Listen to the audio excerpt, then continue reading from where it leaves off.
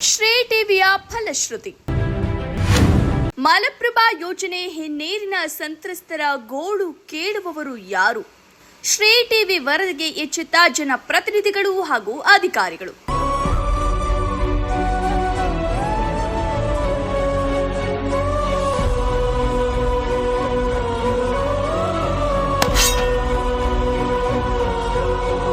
ಪ್ರತಿಭಟನಾ ಸ್ಥಳಕ್ಕೆ ಶಾಸಕ ವಿಜಯಾನಂದ ಕಾಶಪ್ಪನವರ್ ದೌಡು.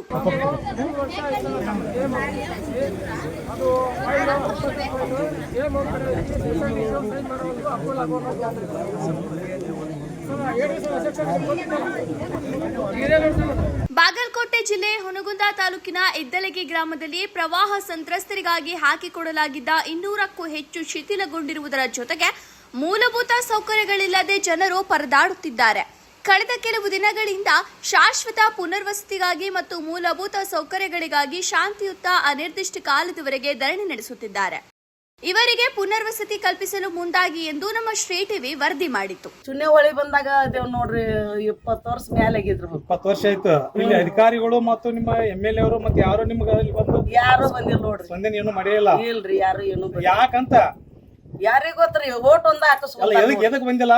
ವರದಿಗೆ ಎಚ್ಚೆತ್ತ ಶಾಸಕ ವಿಜಯಾನಂದ ಕಾಶಪ್ಪನವರ್, ಜಿಲ್ಲಾಧಿಕಾರಿ ಡಿಸಿ ಸಂಗಪ್ಪ ಸೇರಿದಂತೆ ತಹಶೀಲ್ದಾರ್, ತಾಲೂಕು ಪಂಚಾಯಿತಿ ಅಭಿವೃದ್ಧಿ ಅಧಿಕಾರಿ ಪ್ರತಿಭಟನಾ ಸ್ಥಳಕ್ಕೆ ಭೇಟಿ ನೀಡಿದ್ರು. ಪ್ರತಿಭಟನಾ ನಿರತರನ್ನುದ್ದೇಶಿಸಿ ಮಾತನಾಡಿದ ಶಾಸಕರು ಸಂಬಂಧಪಟ್ಟ ಮಂತ್ರಿಗಳೊಡನೆ ಮಾತನಾಡಿ ಆದಷ್ಟು ಶೀಘ್ರದಲ್ಲಿ ಸೂರನ್ನು ಕಲ್ಪಿಸುವುದಾಗಿ ಭರವಸೆ ನೀಡಿದ್ರು. ವರದಿ ಕಮಲೇಶ್ ಹಡಪದ. ನೋಡ್ರಿ, ಕೆಲವಷ್ಟು ನಿರ್ಣಯ ಸರ್ಕಾರ ಮಾಡಬೇಕು, ಅದಕ್ಕೆ ಮುಖ್ಯಮಂತ್ರಿಗಳೇ ಮಾಡಬೇಕು, ಅದಕ್ಕೆ ಜಲಸಂಪನ್ಮೂಲ ಸಚಿವರ ಮಾಡಬೇಕು. ಅವ್ನು ನಿರ್ಧಾರ ಮಾಡೋದಕ್ಕೆ ನಿಮ್ ಮನವಿ ತಗೊಂಡೋಗಿ ನಾನು ಮಾತಾಡ್ತೀನಿ. ಇದನ್ನ ಈಗಾಗಲೇ ನಾನು ಸದನದಾಗ 3 ಸಾರಿ ಮಾತಾಡೀನಿ. ನಿಮ್ಗೆ ಗೊತ್ತೈತಿ, ಎಲ್ಲ ಸದನದೊಳಗೆ ನಾ ಇದ್ರ ಬಗ್ಗೆ ಚರ್ಚೆ ಮಾಡಿ ಇದನ್ನ ಮಾಡ್ಸಕ್ಕೆ ಪ್ರಯತ್ನ ಮಾಡ್ತೀನಿ. ನಿಮ್ಗೆ ಏನು ಚೇಂಜ್ ಮಾಡ್ಬೇಕಾಗಿತ್ತಲ್ಲ ಅದನ್ನ 4 ಗುಂಟೆ ಕೇಳಿರಲ್ಲ, ಅದನ್ನ ಕೊಡಿಸೋ ವ್ಯವಸ್ಥೆ ಮಾಡಿ. ನಾನೇ ಹೇಳಿ ನಿಮ್ಮ ಪರವಾಗಿ, ಅದ್ರ ಪರವಾಗಿ ನಾನೇ ಅದೀನಿ ನಿಮ್ಮ ಜೊತೆಗೆ. ಏನು ಅಡ್ಡೆ ಮಾತಾಡಿಲ್ಲ.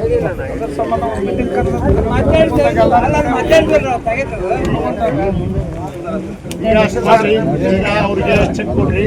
ಆ ಸಡ್ಡಿನ ತಕ್ಷಣ ನಾನು ಡಿಸಿಯವ್ರಿಗೆ ಮಾತಾಡೀನಿ, ಅದನ್ನ ರಿಪೇರಿ ಸ್ಟಾರ್ಟ್ ಮಾಡಿ. ಸರ್, ನನ್ನೊಂದು ಬೇಡಿಕೆ ಇದೆ ಸರ್. ಹೇಳ್ರಿ. ಅದು ನೀಲ್ ಅವಾರ್ಡಿನ ನಿಮ್ಮ ಕಡೆ ಬಂದಿದ್ದೀನಿ ಸರ್. ಯಾರು ನೀಲ್ ಅವಾರ್ಡಿನ ಸರ್ 2021 ಹೈಕೋರ್ಟ್ನಾಗ ಆಗಿತ್ತು, ತೋರಿಸಿದ್ದೀನಿ. ಅದು ಇನ್ನೂ ಮಾಡಿಲ್ಲ ಸರ್. ಯಾವ್ದು ಹೇಳ್ರಿ? ನಿಮ್ಮದು ಎಕ್ಸ್ ಮಿಲಿಟರಿ? ಹ್ಞೂ ರೀ, 19 ಲಾಗಿನ್ ಸರ್. 19 login sir.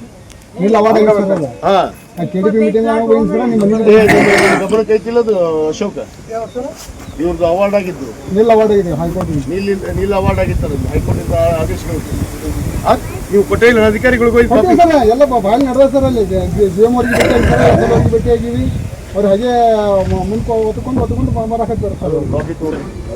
ನಿಮ್ಗೆ ಕೈ ಬಂದು ಕೊಟ್ಟಿದ್ದೀನಿ ಸರ್. ನಾನು ನಿಮ್ಮ ಮನೆಗೆ ಬಂದು ಕೊಟ್ಟಿದ್ದೀನಿ. ಇಲ್ಲ, ಗಮನಕ್ಕೆ ಪತ್ರ ಬರ್ದಿದ್ದೀನಿ. ನಾ ಪತ್ರ ಬರ್ದಿನಪ್ಪ. ಅದನ್ನ ಈಗ ಅವ್ರು ಇಲ್ಲಿ ಬಂದಾರ ಸ್ಪೆಷಲ್ ಡಿಸಿ, ಅವ್ರು ಅದನ್ನ ಅವ್ರಿಗೆ ಭೇಟಿಯಾಗಿದ್ದೀನಿ ಸರ್. ಸ್ಪೆಷಲ್ ಡಿಸಿ ಅವ್ರಿಗೆ ಭೇಟಿಯಾಗಿದ್ದೀನಿ ನಾನು. ಭೇಟಿಯಾಗ್ಯಾರ ನಿಮ್ಗೆ? ಭೇಟಿಯಾಗಿದ್ದೀನಿ ಸರ್. GM ಆಫೀಸ್ ಮುಂದೆ ಭೇಟಿಯಾಗಿದ್ದೀನಿ.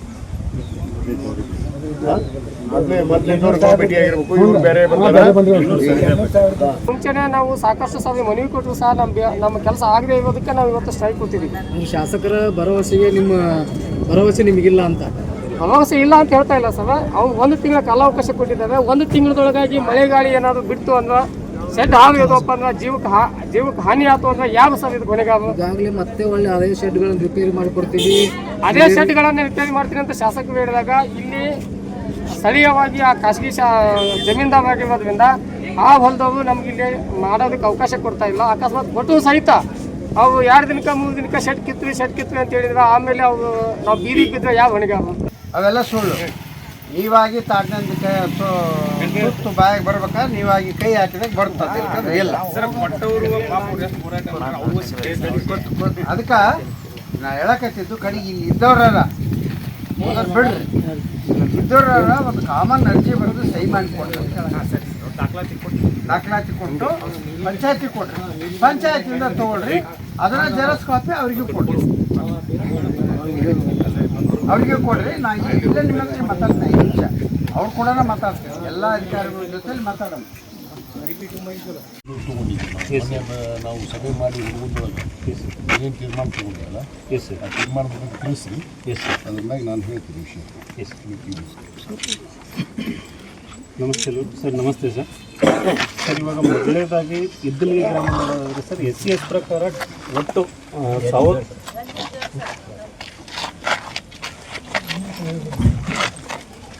ಸರ್ SCS ಪ್ರಕಾರ ಒಟ್ಟು 1039 ಸಂತ್ರಸ್ತರಿದ್ದರು ಸರ್.